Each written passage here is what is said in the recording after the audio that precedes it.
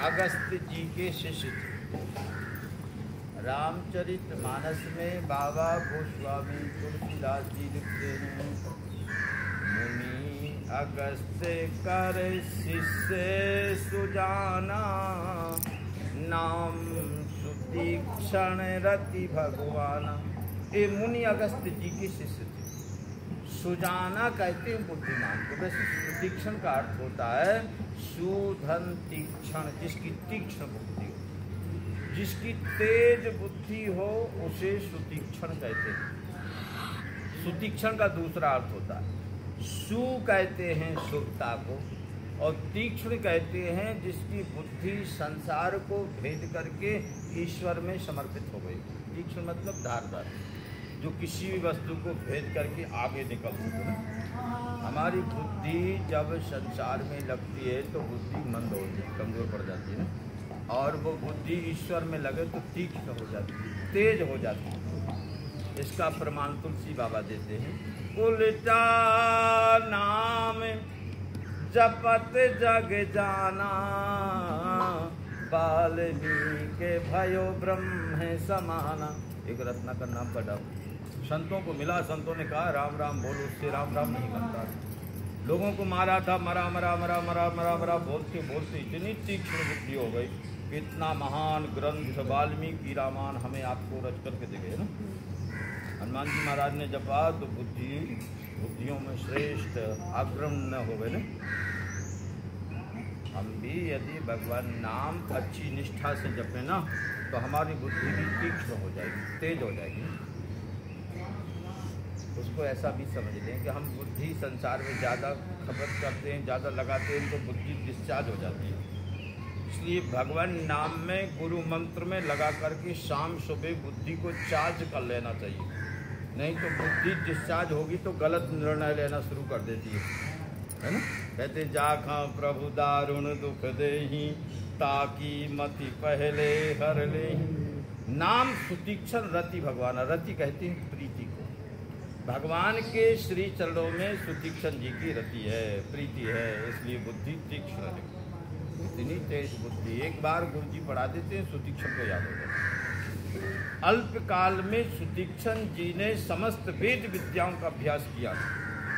गुरुदेव को लगने लगा इतना छोटा बालक, इतनी तीक्ष्ण बुद्धि, इसके द्वारा धर्म का प्रचार कराऊंगा तो ये काफी लोगों को कल्याण करेगा। सुतीक्षण जी के सामने जैसे ये प्रस्ताव गया, दौड़े दौड़े आए सुतीक्षण जी, गुरु जी के चरणों में प्रणाम किए। गुरुदेव मुझे माफ करना, जब मैं आपके पास आया था ना एक भी शब्द मेरे पास नहीं, जो भी प्राप्त हुआ वो आपसे प्राप्त हुआ, इसलिए आपके श्री चरणों में मुझे कुछ भेंट समर्पित करने का सौभाग्य प्राप्त होना चाहिए। गुरुदेव मैं प्रार्थना करता हूँ आप मेरे से गुरु दक्षिणा में कुछ मांगें। गुरु जी ने आँख बंद किया, सुतीक्षण के अंतःकरण को देखा, इनके हृदय में भगवान को प्राप्त करने के लिए भक्ति की गंगा बड़ी वेग से बह रही। ऐसी तलपन, इतनी विकराल वेदना, भयंकर ब्रह्म ईश्वर को प्राप्त करने के लिए गुरु जी को विश्वास हुआ कि इसके अंदर ऐसा प्रबल भक्ति का वेग चल रहा है कि अतिशीघ्र इसको परमात्मा सोचा कि साधारण चेला नहीं तो साधारण दक्षिणा क्यों मांगूं, अच्छा देना ही चाहते हो सुतीक्षण परमात्मा को दे दो। ईश्वर का दर्शन मुझे करा दो सुतीक्षण, यही तुम्हारी गुरु दक्षिणा है। सुतीक्षण जी के प्रेम की परिपक्वता का प्रमाण यहीं से शुरू होता है। जगत में एक परंपरा है, गुरु शिष्य को परमात्मा से मिलाता, लेकिन आज अगस्त जैसा गुरु सुतीक्षण के अंतरंग वेग को देख करके कहता तू मुझे ईश्वर से मिला दे, यही तेरी। मुझे लगता है कि हर गुरु को यही मांगना चाहिए अपनी चेला से कि तू मुझे ईश्वर से मिला दे। अब जब वो मिलेगा, आप सुतीक्षण जी तो नृत्य करने लगे, नाचने लगे, अरे गुरुदेव पहले तो मुझे परमात्मा मिलेंगे क्योंकि आपकी आज्ञा हो गई कि मुझे ईश्वर से। अब विचार हुआ कि ईश्वर मुझे कहाँ मिलेगा। मैं आप लोगों से कहूँ कि आप लोग मुझे ईश्वर से मिला तो आप लोग क्या करोगे? आपको पहले स्वयं तप करना पड़ेगा।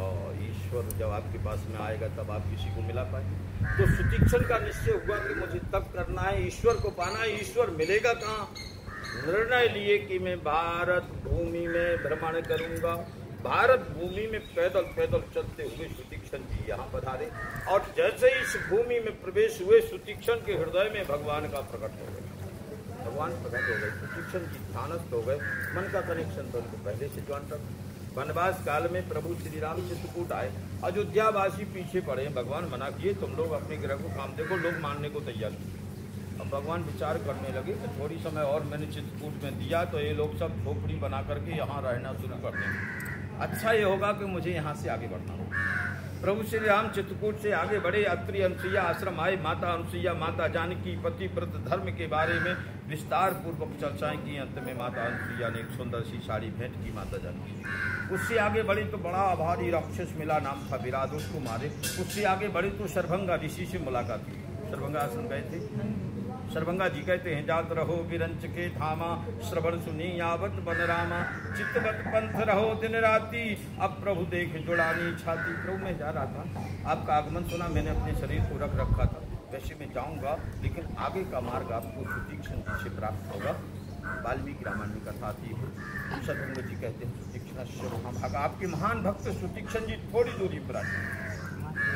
प्रभु श्री राम आगे बढ़े, अस्थि समूह देख रघुराया, दोनों आश्रमों के बीच में अस्थि समूह पर्वत है। एक जगह देखा हड्डियों का ढेर लगा हुआ है, ऋषियों से पूछा ऋषिराज ये हड्डियां एक जगह कैसे एकत्र हो गई? बोले आप अंतर्यामी हैं, समदर्शी हैं प्रभु, सब कुछ जानते हैं, हमसे पूछते हैं। ये साधारण अस्थियां नहीं हैं, आपके भक्तों को खा खा करके निशाचरों ने हड्डियों को एक जगह सुखाया है। भगवान की आंखों से आंसू झरने लगे, दोनों भुजा ऊपर उठा करके प्रतिज्ञा कर ली, निश्चरहीन करो मही भुज उठाए प्रणकीन, सकल मुनन के आश्रम जाए जाए सुख दिन। भगवान प्रतिज्ञा कर लिए, निशाचरों को पृथ्वी में नहीं रहने दूंगा, प्रत्येक ऋषि मुनि महात्माओं के आश्रम में जा करके उनको सुख पहुंचाऊंगा। प्रभु श्री राम यहाँ बता रहे, भगवान यहाँ प्रवेश होते हैं, वो विचार करते हैं कि जिस महर्षि की प्रशंसा शरभंग जैसी महर्षि ने की, वो सुतीक्षण कोई साधारण नहीं हो सकता। इसलिए भगवान ने निर्णय लिया सुतीक्षण जी से डायरेक्ट न मिल करके एक वृक्ष की ओट में छुप करके पहले सुतीक्षण को देखूंगा, सुतीक्षण है कैसा। वो वृक्ष मंदिर के पीछे है, अर्जुन का वृक्ष, अनेक देवी देवता उस वृक्ष में अपने आप प्रकट होते हैं। आप लोग देखिएगा, कहीं गणेश जी, कहीं विनायक जी, कहीं गरुण जी, कहीं हनुमान जी। लोग कहते हैं प्रभु श्री राम इसी वृक्ष के पीछे छुपे थे। तुलसी बाबा लिखते हैं कि प्रभु देखें तरुओर लुकाई, एक वृक्ष की ओट में लुक करके प्रभु सुतीक्षण को देखते। सुतीक्षण को ऐसी भक्ति चढ़ी है, अपने आप को भूल गए।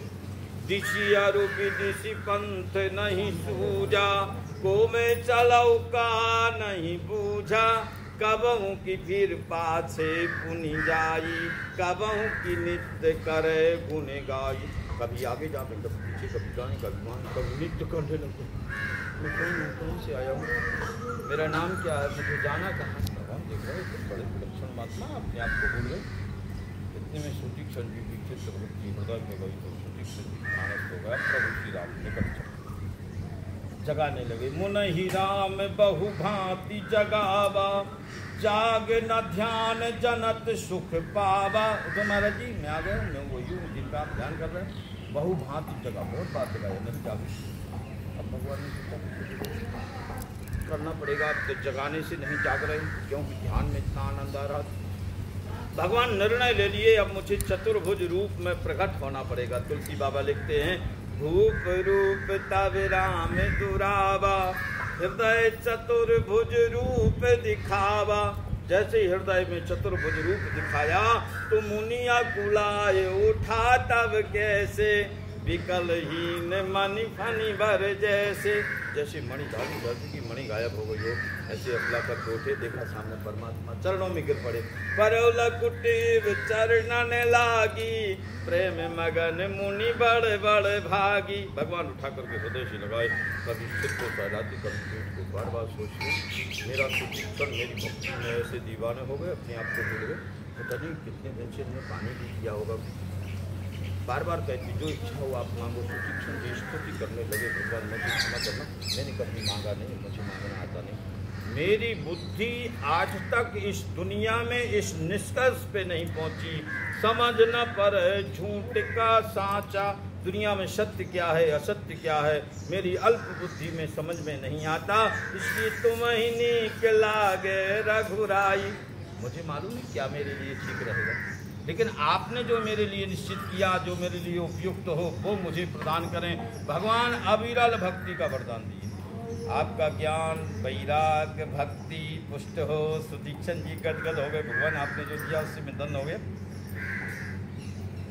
एक वस्तु मुझे आपके पास दिख गई जो आपके पास बड़ी निराशित पड़ी है, जिसका उपयोग प्रयोग ना तो आपने पहले कभी किया है, ना आज कर रहे हो, ना भविष्य में करोगे। अब भगवान देखने लग रहे, मेरे पास तो ऐसा कुछ नहीं, आपको दिख रहा। बोला हाँ भगवान, अभिमान आपके पास निराशित पड़ा है। थोड़ा शॉर्ट में बिल्कुल शॉर्ट में पहुँच गए। अभिमान आपके पास निराशित पड़ा है, ना तो आपको पहले था, ना आज है, न कभी होगा। मुझे मिल जाएगा, मेरा काम बन जाएगा। असे अभिमान जाए जनि भोरे, मैं सेवक रघुपति पति मोरे। मेरा ये अभिमान कभी न जाए कि आप मेरे स्वामी हैं, मैं आपका सेवक हूँ। माँ जानकी लखनलाल जी के सहित आप मेरे हृदय में निवास करें। प्रभु श्री राम विश्राम किए। प्रातःकाल भगवान उठे, मन में सोचे इन महर्षि का संकल्प था कि मैं भगवान को प्राप्त करके गुरु जी के पास ले जाऊंगा, लेकिन मुक्ति मार्ग में इतने ऊपर उठ गए, अपने आप को भूल गए। इनका संकल्प मुझे ही स्मरण कराना होगा। प्रातःकाल भगवान उठे, बोले ऋषिराज मुझे आज्ञा दें, मुझे अगस्त्य जी से मिलने की लालसा हो रही। सुदीक्षण जी बोले भगवान जिनका आप नाम लिए वे मेरे गुरु जी है, वहाँ बस चलो मैं साथ में चलूँगा, लेकिन वहाँ चल कर बोल देना कि मेरे आने का कोई प्लान नहीं था, मैं नहीं आ रहा था, मुझे सुदीक्षण लेकर के आए। भगवान बोले ऐसा बोलना पड़ेगा। बोले ऐसा बोलोगे तभी मेरी गुरु दक्षिणा पूर्ण होगी। अब भगवान विचार करते, मन क्रम वचन राम पद सेवक, सपने हुआ न भरोस न देवक। स्वप्ने में भी कभी दूसरे देवता का चिंतन की। भगवान विचार करते हैं, भक्ति मार्ग में इतने ऊपर उठ गए, अपने आप को भूल गए। तो बोले कि आप लेकर के चले, मैं वहीं प्लान बनाऊंगा कि मुझे बोलना क्या है। लेकर के गए गुरु जी के दरवाजे में, भगवान को खड़ा किए। बोले आप यहाँ खड़े रहें, जब मैं इशारा करूँ तब अंदर आइए। गुरु जी के चरणों में प्रणाम किया और कहा, नाथ को शिलाधीश कुम्हारा, आए मिलन जगत आधारा। गुरुदेव जगत के आधार, जगत के नीता जगदीश्वर आपसे मिलना चाहते हैं। गुरु जी के आनंद का ठिकाना नहीं रहा, अपने शिष्य को हृदय से लगाया। भगवान ने जाकर के प्रणाम किया, भगवान को मंचासीन कराया गया। भगवान की 16 प्रकार से अगस्त्य जी ने पूजा की। बोलो श्री सीताराम नाम महाराज की। प्रसाद ले आए, कहाँ गए दीनबंधु राज जी?